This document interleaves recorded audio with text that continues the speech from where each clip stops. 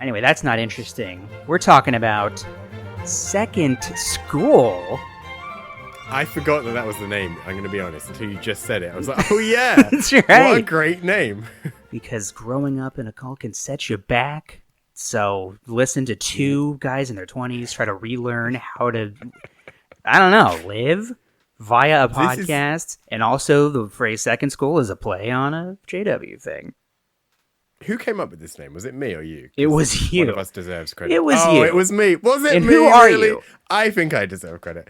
My name is Ben Ford, and no one knows me right now, and probably will That's never not true. know me. Well, you know.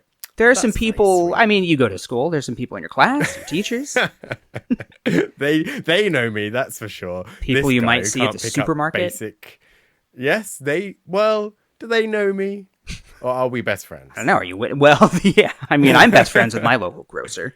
Yes, so I am an ex-Bethelite, and I like to think that I know, I'm going to say about 10% of JW things. Okay. You know, now what does that mean? There's a meter. That means that if you ask me a question, 1 out of 10 times I'll know the answer.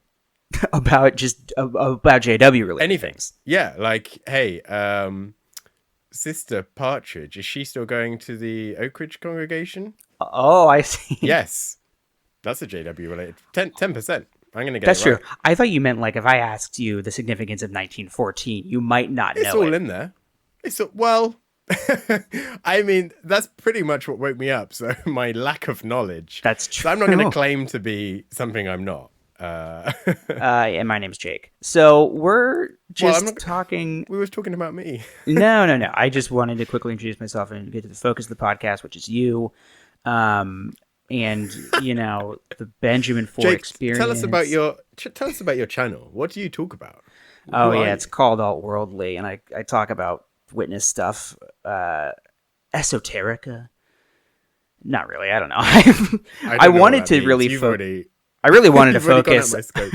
I wanted to focus on more like niche, like esoteric things when I started the channel, but I've only done like 2 videos that I actually wanted to do at the outset, and it's going very well. Where did the alt-worldly name come from?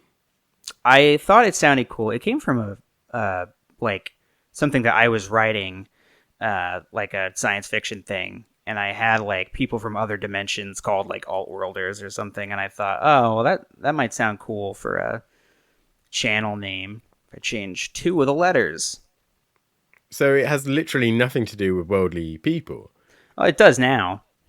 What? You just crowbarred that in. Yeah. Okay. So I just thought it sounded cool, and now I don't really like it because now I feel like, well, the word alt is so associated with the alt-right that I worry that people see it and are like, oh, is this like some guy that's like really proud that he's part of the alt-right? And the answer is yes. You watch your content and you think, yeah. You watch it and you're like, yeah, this is disgusting. Oh my god. Yeah, so that's what I do. And obviously, you know, by the time you're hearing this, I'm a famous YouTuber. You can watch me on my channel, Jake Vaughn, and I have 1 million subscribers. Actually, Buy the perfume. Yeah. And I have my own line of cologne out, my own line of socks. Just for me, I don't sell them. One side alt, one side worldly. Yeah. I sell left socks. Because I'm really trying to get away from the alt-right thing, so I don't even sell right socks anymore. Just worldly. Do you want to be worldly with me? Yeah. Hey, that should be your tagline. That's a great tagline. Do you want to be worldly with me? Do you want to be worldly with me? That sounds cute and creepy. That's what I go for. I've been described my entire life. What are we talking about, Jake? What's going on? Absolutely nothing. In the town. We're trying to figure out what this show is. So here's what happened to me, because you asked who came up with the name of it, and it's you. And you messaged me one day randomly on Twitter, and I didn't know who you were. I got messaged. Somebody slid in my DMs. I think that's the only way to say it. I looked at you and thought, I've got to slide into this guy's DMs. That's right. And it was a little boy named Ben. And he said, I'm your biggest fan, and I just love you so much, and I want to be your best friend. That's not what he said at That's No, totally accurate. That's what you read through the lines and you saw. I did, and I read it line for line. No, but you just like wanted to chat, and so we ended up having a conversation. Like we talked on like over Zoom and stuff, and we got along well. And then like the day after we talked, you're like, I think we should do a podcast. And I was like, oh yeah, that'd be fun. And then you text me back like 15 minutes later, and it's like, I think it should be called Second School. And then I was like, yeah, that's actually a really good name. And then you sent me a message like the next day. It's like, okay, I have some concept art here. I went in hard. Okay, you went in hard. It's go hard or go home. Go That's home what I thought. or big hard. And I'm sat at Bethel at this point, like totally bored out of my mind. I thought this That's guy's right, great. you were I should do a podcast at Bethel. or we should do a podcast. And because I had so much time, like in the evening, we're in lockdown in this time as well. So you literally are not going anywhere. I was just doodling around with names and pictures and sending them away. And we'd spoken like once face to face. And like, you had gone down the list. You'd gone to Lloyd and he said, no, I'm not going to do a podcast. You'd gone to Harrison and he said, no, I'm not going to do a podcast. You got like 8 names down the list. You got to me. And I was the first one that said yes. 8's probably pushing it. 8 might be high, actually. 8 might be a little high. But eventually we got there. After I asked all of the Mormons as well, they yeah, you went through a lot of the ex-Mormons. any religion, anyone, please, ex-Cole, Yeah, you went to a supermarket once, someone. Yeah, and then this blossoming relationship. the bloom of youth? No, the bloom of friendship. Not anymore, my friend. Not anymore. No, you're like this losing is the your bloom hair. of depression. Yeah. The bloom of depression. That is what it is, though. That's more accurate. Yeah. So this is a show about two depressed people. No, I think we're going to talk about JW stuff and our experiences and learning life and adjusting to the outside world. It's like a post-prison podcast. It's like that should Prison be Break. Oh, that would be a much better name. We'd get like mixed up. So here's what it should be: is this is now. I think going forward, it's going to be a Prison Break rewatch podcast, the Fox drama from the early 2000s, Prison Break. We're going to watch every episode of that. I've never seen it, but it's good. Well, I'm glad you said that because I was thinking, crap, I've got to go along with this account now, and I've never seen the show. So you're going to start pulling out people's names, and I'll be like, God, I hate Tim. God, he was bad, wasn't he? Yeah, Season 2 Tim. Couldn't tell you a single thing about. I'll bet there's a guy named Tim, though. I mean, there's a pretty good chance. It aired around the same time as 24, and just 24 always won out. Yeah. Jack Bauer. Yes, JB. You got your Jack Bauer, James Bond, and Jason Bourne. Your 3 JBs. I remember, speaking of early 2000s television shows and intersecting with JW culture, this is back when we had book studies. We had the book study at our house down in our living room, and we had like an actual like VCR recorder. So like, and we're big fans of the reality show Survivor. So we would record it every, I think Thursday night it was on at the time. And that was the night of the book study. And sometimes those old VCR recorders just wouldn't work. So like around the time where it hit like 8 o'clock, like everybody in our family would be kind of like looking at the VCR. And like if you didn't hear it click and the light go on, like mom would like run upstairs and like use the backup thing upstairs to like make sure that it was recording up there. You've taken me right back. I loved being at people's families' houses, and their family that you were at would give each other looks, and one of them would just disappear to like either record something or put something in the oven. Like they all know what's happening.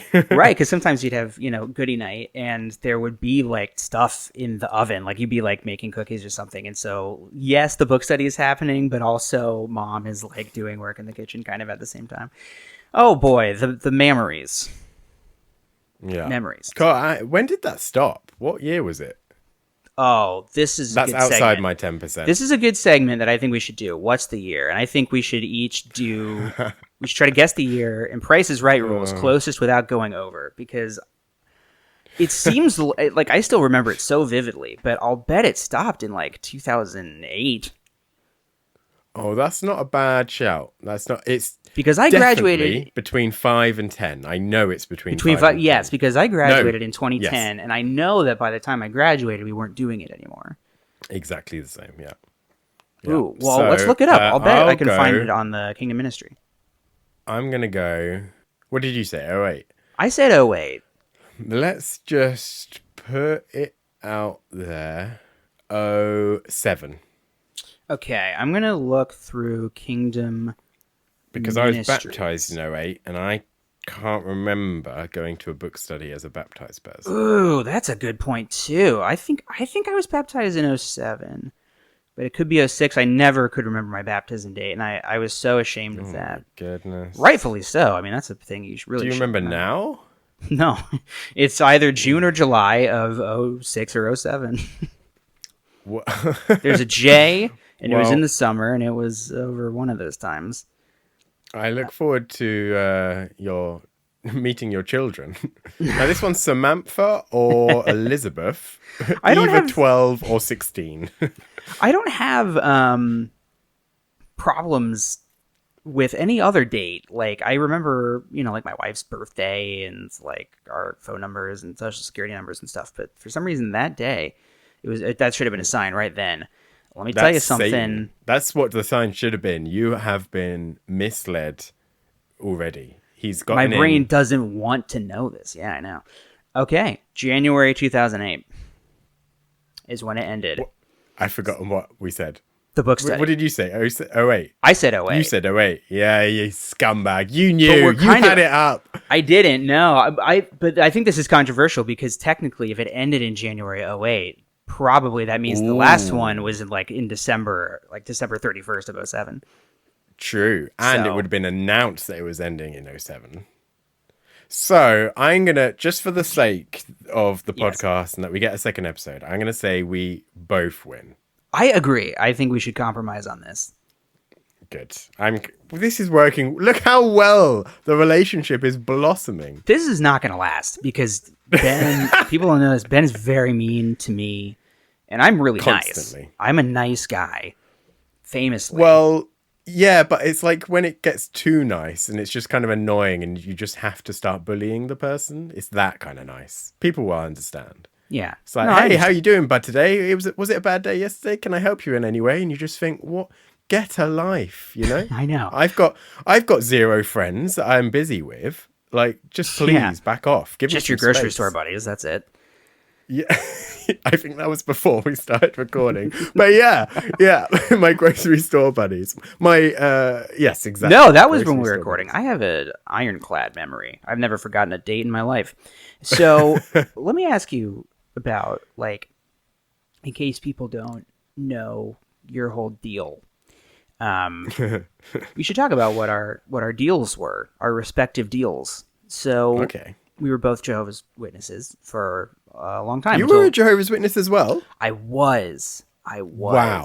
When did that stop? Something recently, this year. I want to say it was in. I want to say it was like April or May. Already. I know. You know what's so funny is I think that it was like, I think it's like April 1st because I want to say, well, I'll never forget this date because it's a holiday. But now I'm like, wait, what if it's like Memorial Day and I got Patrick's the wrong date? Day? I can probably backtrack it through like the dates that I posted videos on my channel and figure it out. But yeah, no, I think it was St. Patrick's Day, the holiest of all days. And And how long were you in? How did you get in? I got Tell me in everything. via my mother's vagina because I was born into it. And I Have Yeah. fun editing that out. no, I'm gonna actually amplify it. I'm gonna make the volume even louder during the part. Yeah, I'm 29 now, so I guess 29 years. Now, if you want to see, sometimes people will count it based on when they were baptized, and I get that for people who were brought in via the ministry. But I think if you're born in, Yeah. you should just count it since you were born. From birth. I agree. We're in agreement. Now, do I also think that because it inflates my numbers and it makes it sound dramatic when I say that I was a witness for 29 years? Yes, I think it's part of it. But That's the only reason I decided to agree with you.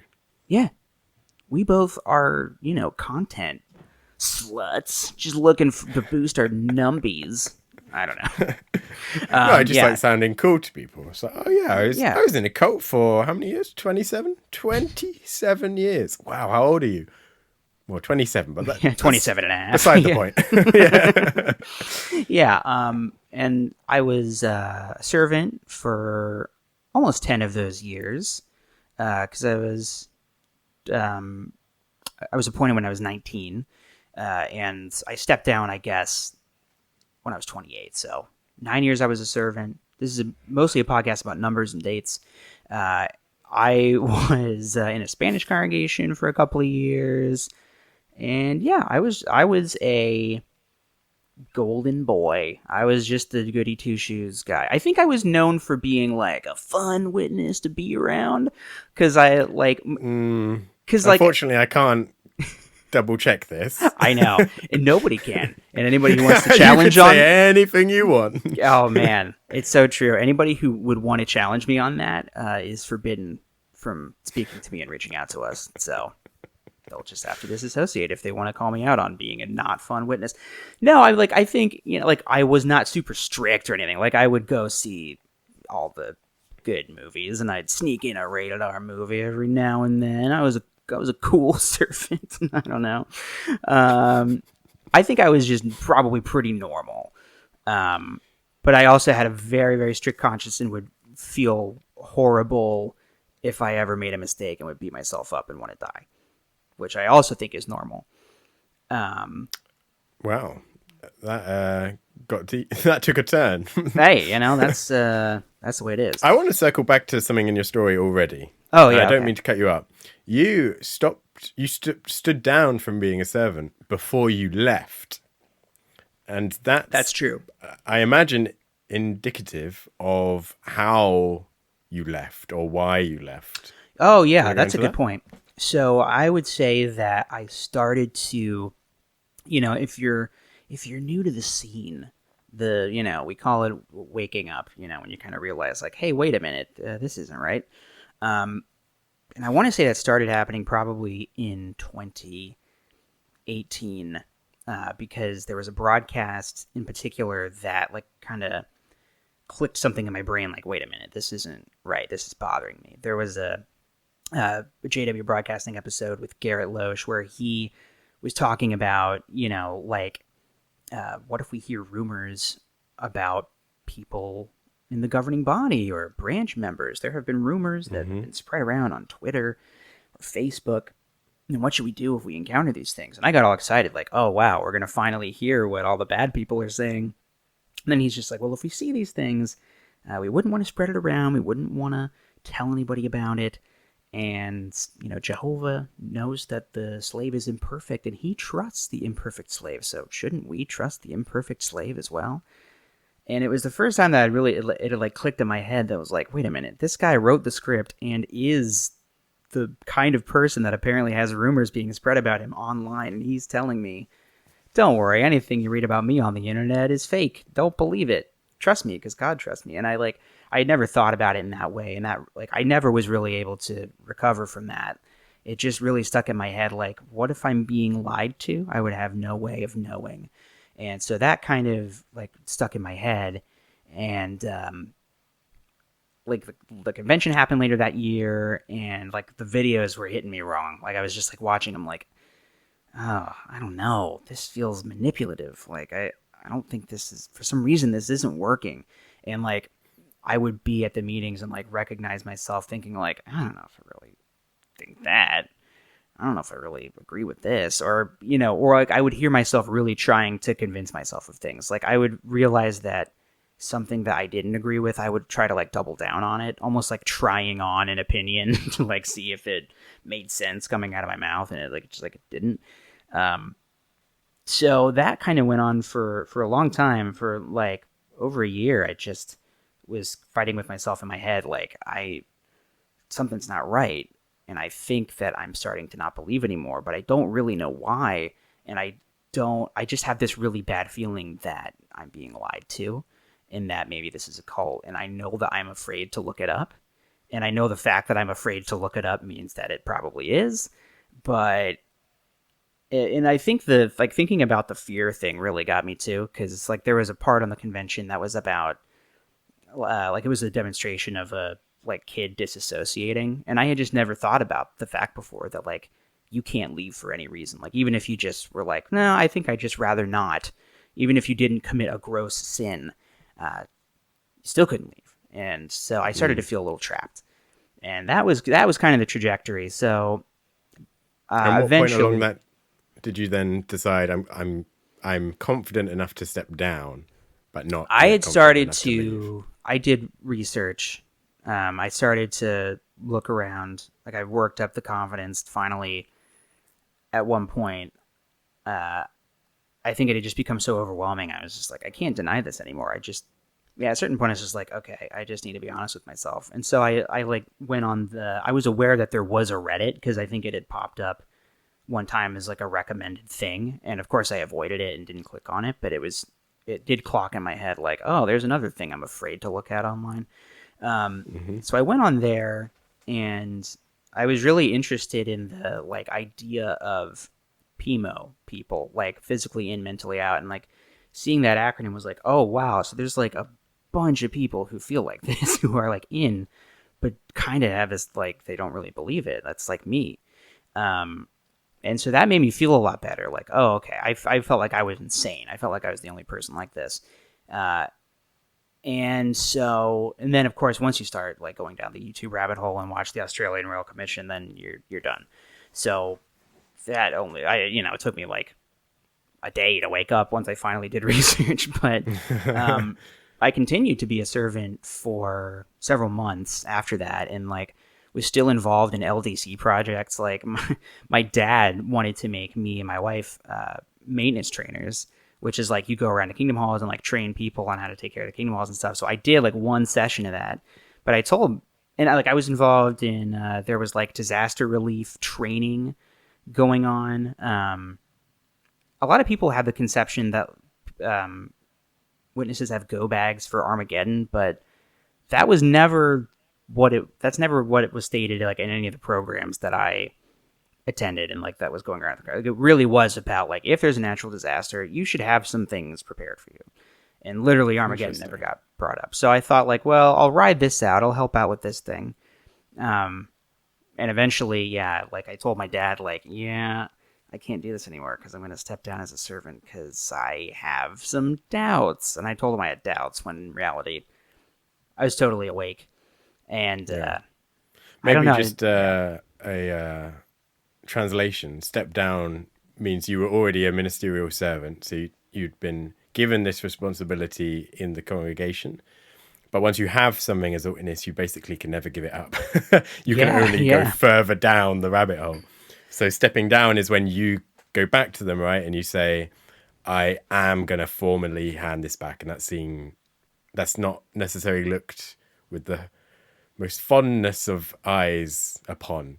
Is that an English That was sentence? flawless, 100%. You nailed it. Perfect. Um, Awesome. yeah, I I remember my dad saying that when I told him, he's like, "Oh, I really would not recommend stepping down because when people do that, it's like they just keep going down further and further, and eventually they fall out of the truth." And I remember thinking, "Yeah, no, that's the plan. That's what I'm trying to do."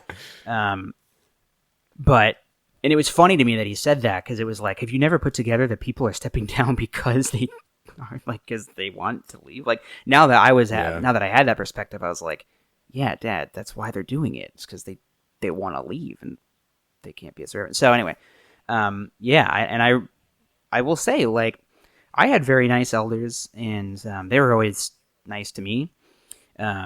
I should say that they were just nice to me. I don't know if they were nice to other people, but they were nice to me. And when I told them that I wanted to step down, they really wanted to like work with me, and like their immediate reaction was not, "Oh my God, well get out of here. You clearly have some kind of brain problem." They were like, "Well, why don't we just work with you on the things that you have issues with, and we won't assign you talks about certain things for a while, and we don't want to lose you." So I mean, and that was nice. That was, but it was I don't know, it was weirdly hard. Like they made it kind of difficult. And I guess Yeah. it's good that they don't just want to immediately abandon people. But But in your case, it felt like they were using the relationship almost against you. Or yeah. And I did a lot for the congregation. This is not a brag, because now I look back and I'm like, I was doing a lot of free labor. That sucked. But like I wore a lot of hats in the congregation, and was just kind of the guy who would do whatever. Like if there was a last minute thing that needed done, I could do it. And so I think they also just didn't want to lose somebody that was doing a lot of stuff, and which I understood. So yeah, it took like a month to step down after I told them that I wanted to, because they're like, well, just give it another week and think about it. And eventually I had to be like, no, I really, guys, no more. You have to notice that I'm not doing anything while I'm here, and I'm like missing meetings and stuff on purpose. So yeah, that it just kind of took a while. And then by the time it got to a point where I was like, man, I can't even do meetings anymore, COVID hit, and then I didn't have to. So it was easier just to kind of fade a little bit. And I started posting some videos anonymously. I wasn't showing my face or anything. And then I did, and it got found, and then now I'm here doing a podcast.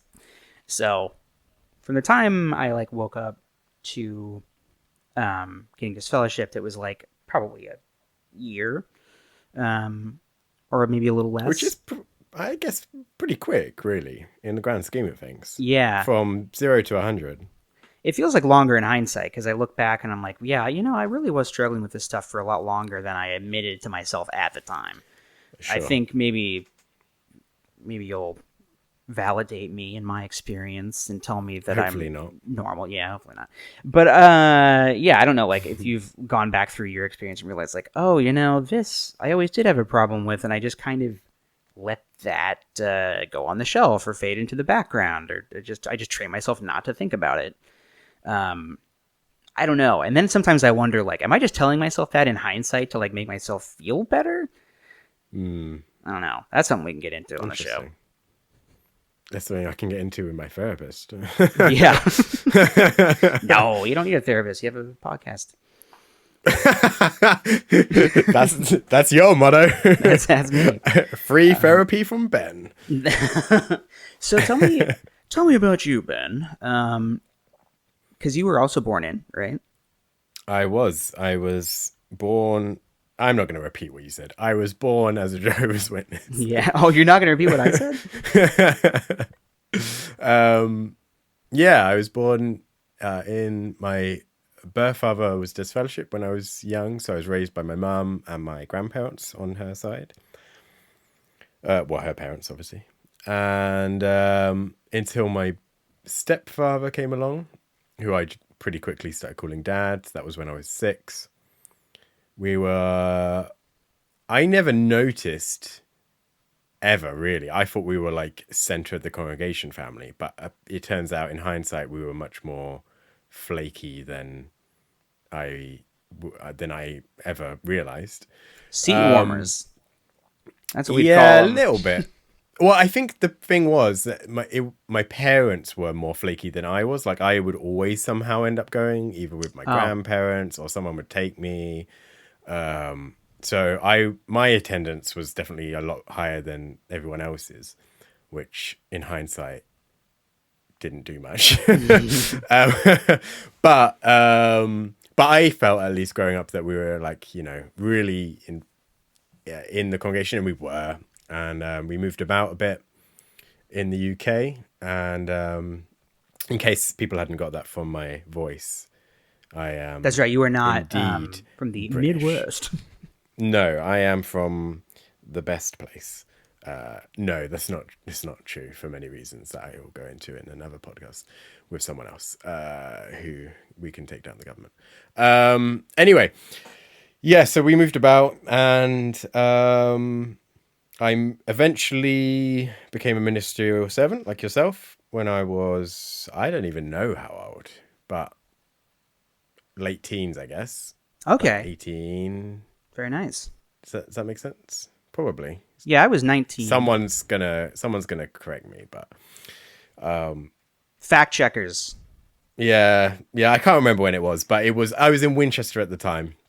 So in fact I can remember when it was, so it must have been about 2013 So what? If I was born in 94, Jake, 2013, that is 19, right? That's a Is that big, right? oh, it's a number for sure. And it's in the teens. I That much I know. I am literally studying maths right now, and Yeah. that's how far I've got. I can't even do basic I'm arithmetic. going to say Um, 65% of the reason why I haven't gone back to school is because I don't want to have to take any more math classes. I hate it and I'm bad at it and it makes me feel stupid. And if something challenges you, you should avoid it. This is the point of the show. don't yeah, don't challenge good life. yourself to change the way you think. That's the point for the kids at home. Yeah, for the kids at home, if If something it's makes you challenging, uncomfortable, don't think give it about up. it. Yeah. Um, so so I became a ministerial servant. I wouldn't say I was multi-hatted like you were. I was very much just the literature servant. So Not just a we literature servant though. no, Jake. um, so we were looking after me and a buddy old pal. We were looking after like how much magazines we would get in the for the local guys and how much they could distribute, and because we didn't want to have any left over, and that was my job for a while in the congregation. Eventually I sign up to go to Bethel, which is the headquarters for Jehovah's Witnesses, and every country or possibly area, like maybe a few countries if they're smaller, will have a Bethel where everything is organized from logistically, and all of the congregations report to, and that's where all the literature comes from, and that's where everything gets done. And we should say, I mean, that's a big deal. Like that, like in the community and culture, that's a huge deal because, like, if somebody says I'm a Bethelite or I've been to Bethel, that means like, well, wow, okay, this person's very spiritual. They were in the house of God. That's what Bethel means. Yeah, it's weird. I think it depends. I mean, I don't know if you're the best person to validate this statement, but I think the closer you are to Bethel, your congregation, the less that actually is the case. Like, if That you're might be maybe true. in the New York area, you think, ugh, Bethelites. Ugh. That might be Like, they true. don't. But as But the somebody, further you get away, yeah, in Ohio, Bethel is like the big city and it's the headquarters. Although New York Bethel is also even more a big deal because it's like the world headquarters. definitely. So you're not that great. You were in some No. German Well, garbage. to be fair, no, excuse me, spoilers. Went to London Bethel, the Britain branch, and that was my local one, and I got put in the shipping team there, and it just so happened that the shipping department and press eventually were closing and being moved to Germany. So I got asked if I would be willing, in bunny quotes. Ben did, yeah, he did air quotes. Yeah, I just realized this is a You're podcast and not you're a not video. asked really to do things as a witness. I mean, like a question is always you should do this. That's what a Yeah, question there's always a is. right and wrong answer to a Yeah. question. You should be doing this. Why aren't you doing this already? So I got asked, do you want to go to Germany? And it was basically eventually get kicked out of London or move to Germany. So I went to Germany, and I Not was in because you were Germany. bad in London, but because they were doing No, cutbacks. just because well, yeah, in a sense. It was because... Redundancies, they call them in England. I learned from The Office. oh, well, I didn't even know that was a British word. So thanks You for the should watch The schooling. Office. It's a good show.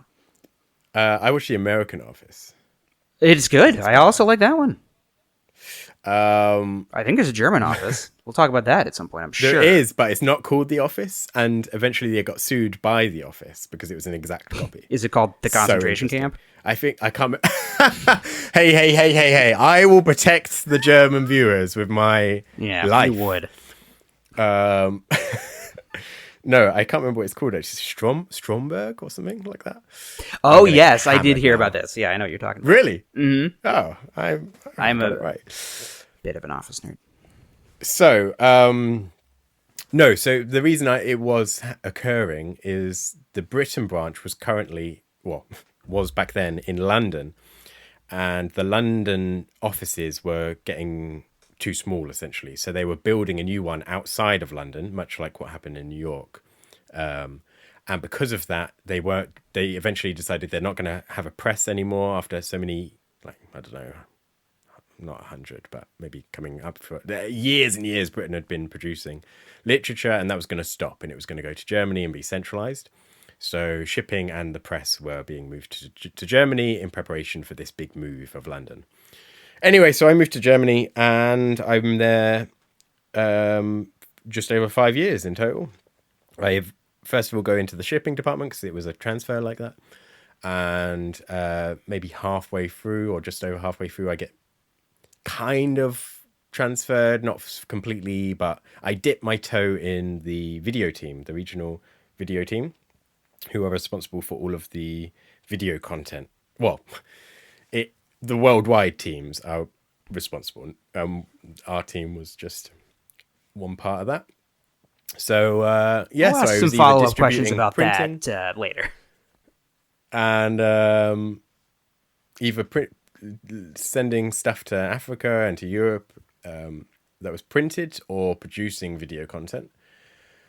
Long story short, while I'm at Bethel, I begin this waking up process, like you mentioned, and I decided, well, I'm going to have to be careful here, actually.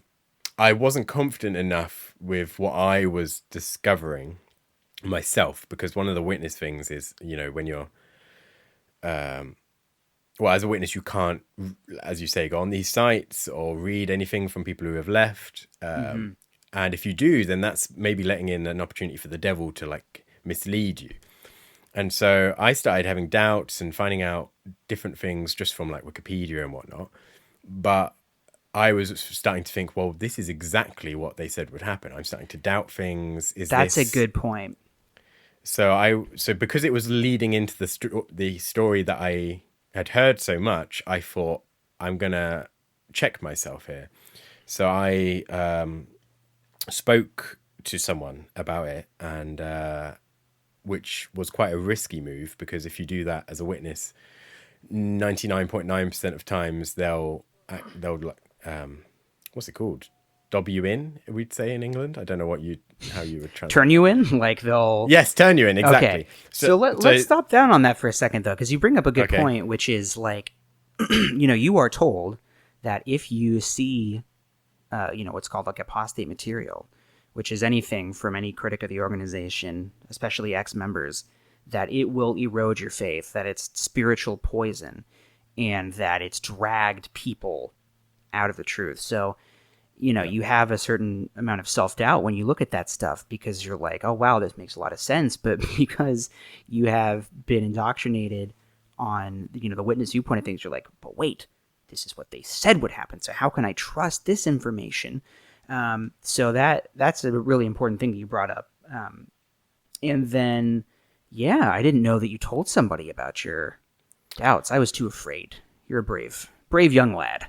No, the opposite, really. It's just because I wasn't brave.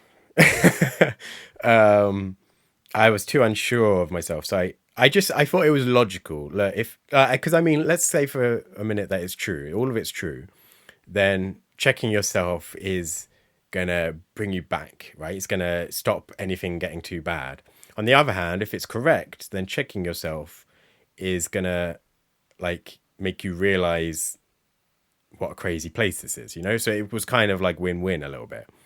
And yeah, so anyway, so I spoke to someone about it, and I just got very lucky, and the person was willing to listen to the evidence and what I had found and compare that to witness literature, etc., etc. And and that ended up not confirming, but reinforcing the feelings that I had had, and that kind of then led me to the conclusion, or to fully wake up, I guess.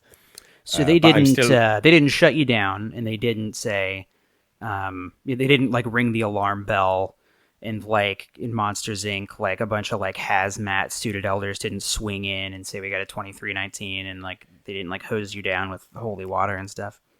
No, exactly. I just got very lucky. I should mention, good that you pointed that out. By this point, I'd already been an elder for like 2 years. That's So very that's important. in JW world, that's like the next step after ministerial servant is elder, which for most congregations is kind of the highest you get essentially in the community. Right. And I mean, like, we should mention that, like, being an elder is a big deal. You are seen as a shepherd of the congregation. Like, you're responsible for the congregation's spiritual health. So that's seen as a big deal. Being at Bethel is considered to be a big privilege, big deal. And I would say, even beyond any of that, these days, with how the culture is, like, being in the video department is a really big deal because the like video stuff is so new and fresh and exciting, and it's, the main way that spiritual food is being distributed is in video form. So these are all, I mean, you're just the dream witness, Ben. I'm the cool You've guy, got it yeah. all. You're pretty cool. So that kind of, it's funny you mentioned that. That kind of makes the what happened to me even worse because it's like you're constantly being told like how amazing your position is, and isn't it amazing, you're in another country, you speak another language, and you're in the video team and you're making spiritual food, and you're like, oh yeah, but it's all nonsense. So it's Yeah. like it's like saying like I'm trying to think of a good analogy. Like, oh my goodness, look at all of your art set. You've got watercolors and acrylics, and you've got everything you could possibly want here. And like, you're doing like paint by numbers. Yeah, It's like this is that's really not good. something that I should be My proud of. my example that I thought of was like, oh my god, you're making this amazing food. You're a head chef at this restaurant. And it's like, yeah, but it's Guy Fieri's restaurant. It has food poisoning, and it's like the worst food in the world. Like, nobody should be eating this. That's probably a better analogy. That's a good one. Thank You can you. take a point there. I I'll win, give you but that. also I feel bad because I feel like Guy Fieri gets a lot of Guy Fieri. I'm very sorry. Gets a lot of I don't hate. even know who it is, but I just didn't want to get bullied in You would know comments. if you saw him. I'll send you a picture later Okay. All so right. you can jerk off to him.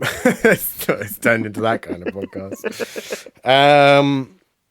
Anyway, so yeah, so I fully woken up. I'm an elder. So that took then a little while for me to kind of plan what that meant, because obviously that means what happens now. How do I leave? What do I do next? How do I go about what happens to my future? Because I'm single. I haven't, it's just me that I'm worrying about here.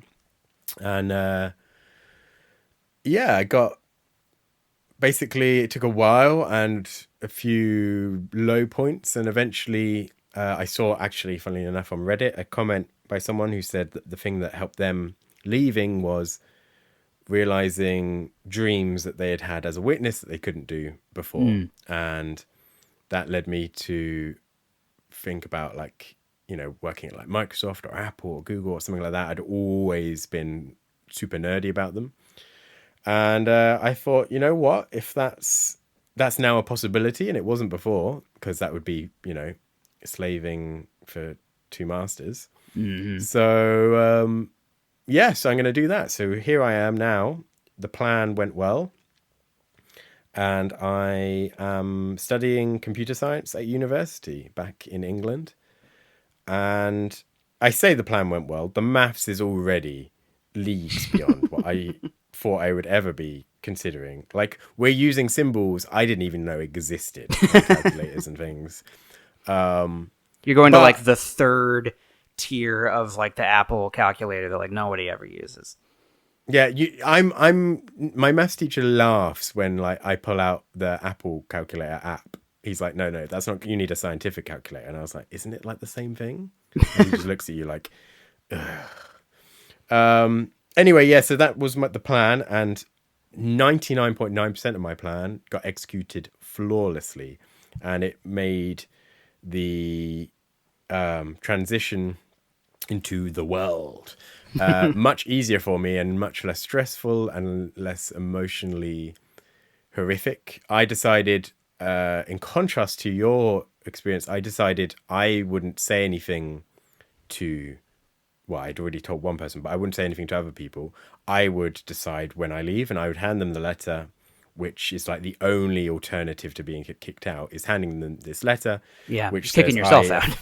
exactly, I'm leaving. This is it. There's no coming back. Please don't talk to me. I don't want to be a Jehovah's Witness, and that is that. And then they take that and apply the same consequences as if you've murdered someone. And it's funny because it's true. And then all your friends and family won't speak to you ever again for basically any reason. But you've been freed from cult life. And so I did that pretty quickly after I left Bethel. It came as a shock to a lot of people, from what I hear. Well, I guess it would. The star elder video boy from Germany moves back home, and within a few weeks is now, in cohorts with the devil. So that was a bit of a turnaround. Okay, well, that will probably all be cut, but we should talk about.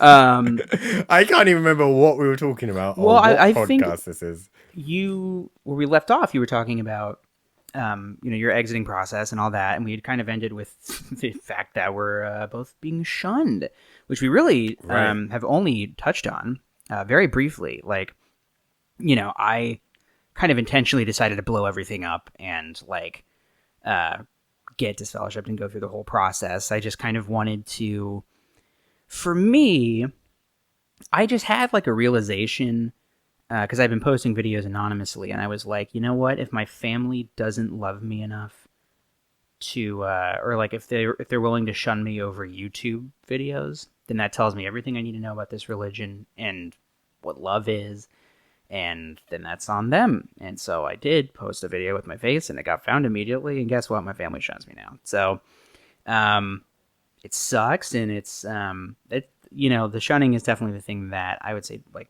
drives me and makes me want to make XJW content and stuff, because it makes me really angry sometimes. It makes me really upset and sad, and it's just twisted and ridiculous. And it's just one of those things where anytime I describe it to anybody, they just can't believe it. And I've told my parents this, or my mom anyway, because my dad hasn't talked to me for even longer. Like, when people at work ask me about you guys, I have to tell them that you don't speak to me. And guess what they say? They say, that sounds like a cult. I cannot imagine not talking to my child over religious differences. And, they give some limp reply, some flaccid, small penis reply. I don't know. And yeah, I think that when I think about that stuff too long, it really lights a fire in my belly. Interesting. See, I have a completely different, maybe not a different view on it, because I obviously find it just as traumatic and horrific. But when I was planning out what I wanted to do and where my life was going to go when I was in Bethel, I fully came to terms with the fact that was just going to be a consequence of this whole process. So I don't know. I'm in a different spot. I don't feel necessarily angry about it. I'm angry about the fact that there is an organization that has that power and that is enforcing that power. But I guess I just put myself in their shoes, and because I even did it, to my own disfellowshipped father. So I totally understand where they're coming from. So even though I don't agree with it, and I think it's dumb and it doesn't make sense and it's not nice or loving, I get why in their mind, in their cult, they're doing it. So I just kind of go, it's one of those things, your parents are in a cult and they're not talking to you. What are you going to do? Yeah, I do. It's one of those things. And I had obviously reached that same conclusion. And one of the reasons why it took me so long to formally exit was because, one of the things that freaks you out is just kind of immediately you're like, okay, well, this means the inevitable loss of everybody that I know and love. That's just part of the process. And so it took me a long time to kind of come to grips with that. And so I definitely knew it was going to happen. And I I think one of the things that made it a little bit easier, as easy as such a thing can be, is COVID and having to be separate from family so much anyway. Like I was seeing them less than normal, so it kind of felt like now's kind of the time to do it because I'm already a little bit used to not seeing people as much. Yeah. But I think the reason why I get angry, because obviously I have had the same experience where I've shunned people who were disfellowshipped, including family members, and thought it was totally normal. And in fact, really didn't think about it at all. If anything, I thought, what's wrong with those people? Why are they doing this to me? Yeah, exactly. You know, you blame them. So I, on one hand, totally get it. But now on the other side of it, with the knowledge that I have, I find it so disgusting because of how artificial the reasoning is. And like, knowing that the only reason why they're doing this is because of a manipulative lie and as a way to silence criticism, as a way to manipulate people into coming back. They don't know that, but I do. And so it makes me upset. And I think I also get upset, like, I have a hard time, and this, I mean, shunning should probably be its own episode, but just to get a glimpse into our mental state currently, as a snapshot into the minds of Jake and Ben, or Ben and Jake, to if you prefer. a burning building. Yeah. Cut to literally 9/11. I have a really hard time reconciling this thing of like, yeah, I know intellectually why they're doing it, but I also feel like the fact that their love as a parent isn't trumping that speaks to their character in a way. Like, I have a hard time envisioning myself, and of course it's not really fair because I'm saying this as somebody who's fully awake and knows the truth, like the idea that you could hold your child in your arms and look at them and think, oh boy, I'll love you unless you leave my religion, and then I'll throw you in the dumpster. I find it kind of disgusting. So like, I have a lowered opinion of my parents than I did before. Like, I view them less as people. I view their character as lesser than I did because I feel like human decency should trump religion. And I don't know that that's fair, but that kind of conflict is always waging in my head, where some days I don't have any problem thinking about my parents and the good times we had, and sometimes it just enrages me, and I think, what a load of nonsense that all was. They were just willing to abandon me the whole time, and I didn't even know it. Interesting. Yeah, I guess I'm in any case, you're further along on the road than I am, so it's still kind of earlier in the process. That's true, and I will say that kind of anger kicked in more recently. Like the first couple months, I was just like, "Oh, this isn't even that big of a deal. It's not like I talk to my parents every day anyway." And yeah, I guess just the more it settled into this is normal now, I was like, the fact that this is normal sucks. Like, I think that started to kick in a little bit more recently. Yeah. Yeah, and I think, like you were saying before with COVID as well, because I was 5 or really 6 years away from family in Bethel. I think that also helps because you do have so much distance and you are just FaceTiming, every now and then. So not seeing your parents for a month or 2 or 3 is like totally normal. Like literally, I mean, I think one time it was like a year and a half before I saw face to face them again, So maybe over time it will become more apparent and I'll get more angry. But right now it just feels like a shame more than anything else. Yeah, and I think like for me, even more than my parents, like my sister, like, and her, like my nephew, her son, like, who's a little baby, like that really drives me because it's like he's a baby. He's not going to remember me anymore. Like, I have all these nice memories of holding him and playing with him, and now, like, if he sees me again, I don't know if he'll remember my face, and that stuff makes me mad. So yeah. So we've got time to get even more mad. Yeah. That's what I've taken away from this conversation. Oh yeah. The anger will come. Just don't worry about it. Don't worry. I'll fuel you and feed into your anger, and we can just bad both have association. a really toxic relationship. No, but this has been good. I mean, this is our episode 0. This is our origin story, and this is Your this is superpower is annoying me. my superpower is listen. I believe in truth, justice, and a better tomorrow, and that's all there is to it. Yeah, and your superpower is finding the thing I'm most sensitive about and pointing it out to me and making me feel bad. So Well, I'm glad to have been of service. yeah. I mean, you didn't do it in this episode, so that's good. Shame. I tried. Well, you tried.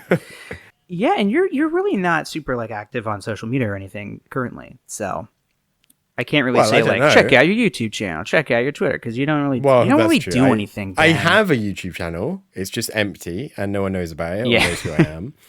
I have a Twitter which I've interacted with people who I have a relationship with. So like that's 3 people maybe. Yeah. And no tweets or opinions or anything.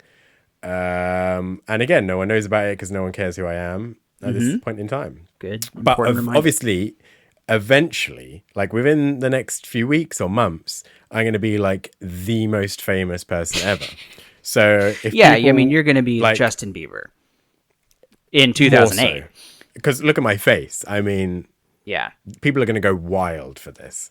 So I think you should get in as quick as you can, like be on the that ground guy floor. who is exactly. Be my 10th follower. Just do it, I was one of the first 100 followers. I saw Ben Ford in front of a crowd of, just like 10 people. Nobody even knew who he was back then. And now he's selling out just in stadiums. a bar somewhere, and then you saw him. Yeah. People booed him off the stage. And they said that he was terrible. Well, and now I he's don't know. selling out stadiums. And they're still booing him off the stage, but he's getting the money. Yeah, so that's me, and that's how. But how would someone follow? Like, okay, so you've got Justin Bieber up there, and he's rocking the world.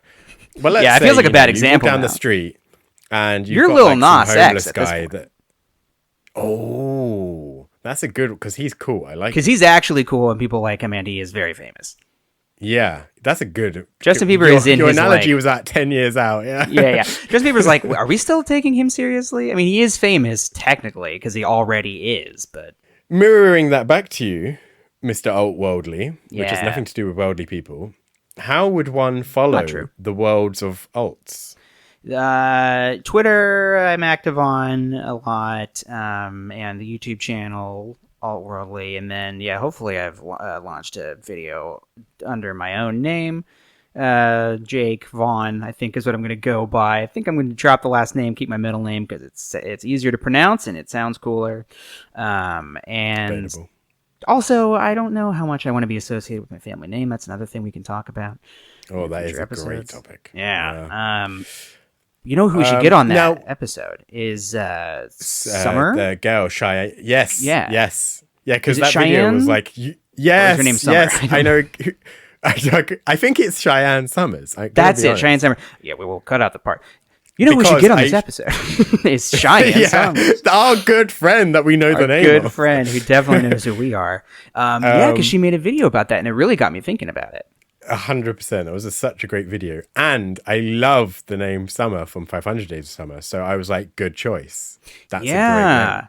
You know, I have mixed feelings on that name because I always thought Summer was a cool name, and now my wife has a coworker named Summer who's so mean to her and sucks. And now it's just ruined the I name don't think forever. You can't say that on a public podcast. I mean, if she's listening to it, that's on her. Screw you, Summer. Hey, Summer, it'd be nicer to my wife. Some British guy hates you. That would freak me out if I knew a British guy hated me. Yeah, because we get crazy. All of the villains, they start here. I don't know necessarily just like the British nature of it, but just like the idea that like there's a guy in another country who I don't even really know that hates me. That would really keep me up at night. Well, yeah, because you're American and you think everyone who's not American is a terrorist. That's not it at all. I think just the proximity of like a stranger in another country you don't know having a problem with you is Yeah. weird. Fair play. And I've come to but terms if they with don't it, like there's me, they this guy probably in are our a terrorist when you think about it. Anyway, before you start pushing your alt-right agenda, we should wrap up and save and click all of the buttons to make Let's sure click that all the buttons. someone can hear this. Let's figure out our truth, justice, and a better tomorrow. What's our sign off? That you saw what happened to my video. I am not good at this. Yeah. What are we? We're second school, which we haven't even done anything related to the second. People don't even know what the second school is if they're not a JW. Yeah, on our first episode, I mentioned that it's a reference to a JW thing. I think those are my and words then we at the very didn't top. speak And about it. we didn't explain, and we won't. No, ever. You know what? It will Let's be actually. like Fight Club. Here's an idea. What if next episode is about student talks or something? Wow. And then we can explain the title, and I'm sure we'll have some anecdotes and some antidotes to your depression. So anyway, guys, yeah, that's it. What did they say at the end of the second school normally? And that concludes our second school, right? That concludes the Theocratic Ministry School, and we'll join in with the regular school. Yeah, so that Something concludes like our second school, and we'll join in with the rest of your life now. You'll join in with the rest of your life now? You'll join in with the rest of your life now. That's good. You can go back to whatever you were doing with your life right now. Back to your regularly scheduled life. Great. And we have to say it. Cut. Cut. Done. Cut. Print. First Right, draft, when's last draft. my paycheck come in, Jake? Yeah. Hey, when do we start getting paid for this thing? Okay. I'm going to stop my recording. I'm not going to talk. Okay. Do you want to tell me when you'll stop? I've just been keeping everyone... now you can hear. I've been keeping everyone up to date on... We were talking about the Batman trailer, and now we're on to the Suicide Squad game, which turns out is multiplayer. I didn't know. That's quite interesting. And it's set in the same world as the Arkham series. That much I gathered. I'm disappointed. All right, nerd. Well, I guess I know the developer. I was disappointed, though, because I thought that team was working on a Superman game. That was the big rumor for years, and now it's like, no, they're working on some Suicide Squad bullshit. Have you seen the trailer, though? It looks good. The trailer looked awesome. Yeah, it looks good. I mean, it's just story, but still. I just want a Superman game that doesn't suck. Yeah, but it's so never much going to to happen ask. because Superman is like the worst superhero. It's simply not true. Did you hear he changed his catchphrase? Did Truth, he- what was justice, his and a better catchphrase? tomorrow. Well, it was truth, justice, in the American way. And now it's truth, justice, and a better tomorrow. No one knows that. No normal person knows that Superman has a catchphrase. Oh, I think so. I promise you. Oh, well, any American knows that. If you ask here we any go. American... Then why did he change it? Well, because... because it's presumably people outside of America like Superman. I doubt that. I doubt that. You doubt that? That's like saying people outside of England like Mary Poppins. It's just not. That's really true. Everybody is it? outside of England wishes that Mary Poppins would burn in a fire. It's such a good film. I really underrated. And you know what? It's even better. Even better than Mary Poppins is Saving Mr. Banks. What a great film. I did not see. I've heard it's Oh man, it's very good, and you'll appreciate just how good Mary Poppins is from watching that film. I highly recommend it. Yeah, I didn't see Mary Poppins Returns. I obviously love Mary Poppins. No, I haven't. Of course not. I mean, I love Emily Blunt, but I'm not going to taint. You love Emily Blunt's taint? What? How do you do this? You always pull it back to stuff that I just get on with the show, will you? I've got things to be doing with my life, like sleeping and texting you. Yeah. We need to wrap this up so we can text. Yeah, well, we need to talk about the Batman trailer, though. Hang on a second. It's great, well, I right? already spoke about it. I didn't. I didn't know. You'll definitely laugh at this, Mr. Truth, Justice, and Dildo, or whatever you said. That would have I gone didn't know on that Colin Farrell is actually not playing Kingpin. He's playing the Penguin. Yeah. Oh, did you think he was playing Kingpin? Well, he looks just like him. It's 0%. As soon as I saw him, I was like, "Oh, Kingpin. That's interesting." Because I thought that was a Marvel thing. No, even my wife that doesn't know anything about the comics saw and she was like, "Oh, he's the Penguin," and I was like, "Yeah." But he doesn't look. He Come looks on, like Danny the Big Bird. DeVito. Well, that's true. He's not the full DeVito. He didn't He's do not much going to with be his eating nose. people's noses, is he? If they know what's good for them, he will be. If they want me to watch the movie, I want he'll to see have flipper blood. hands. Yeah. Oh, yeah. I was born Danny with the DeVito is sword. such. Is there anything he's done that I haven't liked? I don't think there is. Danny DeVito. Like all it's Never always been bad, sunny. ever. Hercules. It's just Yes. always good. I forgot about Hercules, and I started playing Kingdom Hearts for the first time. Danny DeVito's in That's there. coming to Super mixing Smash it up. Bros. I know. That's guy. why I started playing it, because I want to get the Sora. Wow, they got you. They got you with the mark. Yeah, I've been wanting to play Kingdom Hearts forever, and I just like it's always on the back burner because I'm like, oh, but it's such like a dense lore, and I have no real reason to jump into it. Now I have a reason, so that like while I'm kicking people's asses at that game, I can know, oh, I got you with this side tilt that's a reference to this move he makes in this game. It's satisfying to beat people with lore knowledge. For example, knowing who the Kingpin is and knowing who the Penguin is. Well, yeah, okay. In hindsight, it makes sense, but They still really haven't shown us the Riddler, which is crazy. They're really. But what they did show, I was very much into. I was. Like, I love it. Yeah. They are doing like my dream, and do I have a fan fiction screenplay somewhere? Maybe. My dream has been a Batman Riddler movie where the Riddler is kind of like a serial killer, like in Seven, and this is exactly what this looks like, and it's perfect. And Catwoman, Zoe Kravitz, looks perfect. I don't know who that is either. I had to Wikipedia. She's Catwoman. But, yeah, that's true. And she was in Divergent and X-Men First Class.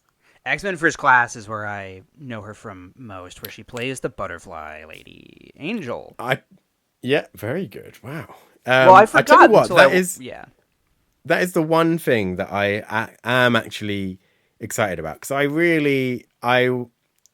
got a bit excited when the first Iron Man came out, but by the time the second one was out, I was kind of over superheroes, and they were getting too mainstream So for you've me. been over superheroes since the time the books ended in 2008.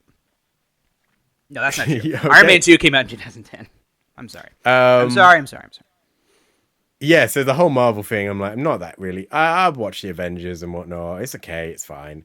But when the X-Men come into the cinematic universe, I am so in. I'm such an X-Men guy. I cannot wait for that. That's my That dream. is another Kingdom Hearts blind spot in my thing where like the lore is so dense that I've never known where to start with the comics. So I got You've seen COVID. the films. Oh yeah, I've seen all the movies. Okay, fine. And, So I see. but as far as the comics go, like it's always just been like there's no easy entry point, and so I got COVID earlier this year, and I was just like, I'm going to watch all the X-Men movies and use my Marvel Unlimited app to just start with X-Men #1 and just start reading them.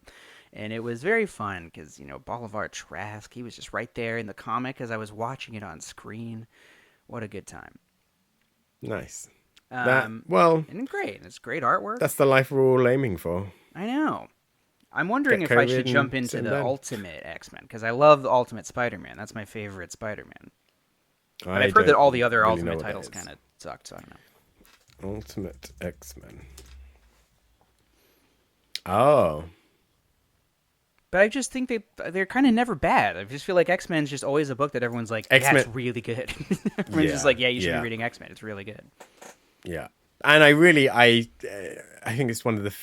I love those films as well. Their casting was great. I do too. I think they would be crazy to not bring back James McAvoy and Michael Fassbender. I think they need to keep them. Not that crap. I'm doing proper X-Men.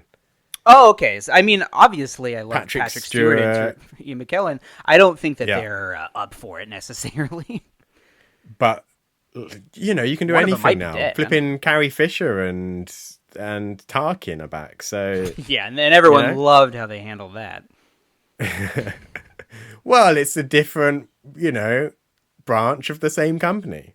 So wait, you don't like you didn't like First Class?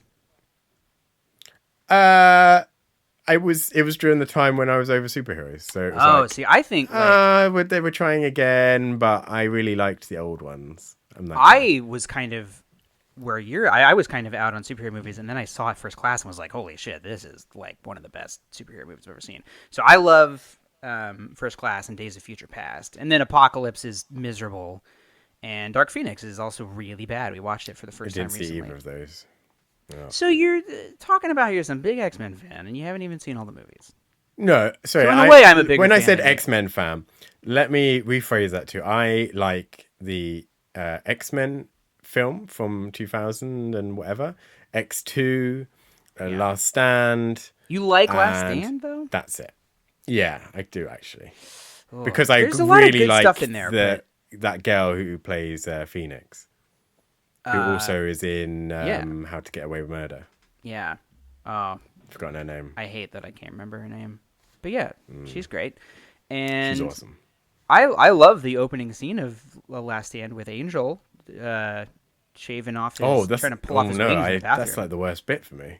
Oh I well, like the I bit just that like it everyone because hates it's at the like end where it all just goes crazy. well, the ending is terrible with the Juggernaut and all that. But I Yeah, going through them and Katie Pride, Kitty Pryde. Perry. It's Kitty Pryde. Don't worry, I'll remind you of the names of the characters of your favorite franchise. Thanks. Yeah. Well, I told you I really got over. Yeah, I was you're really over over it. But you superheroes. saw Yeah. Shang-Chi and really liked it though, right? Oh, that is true. But that was trigger. That was that was just a film to go and watch with the family before they Oh, stopped did you see talking it with to the me. family? Yeah.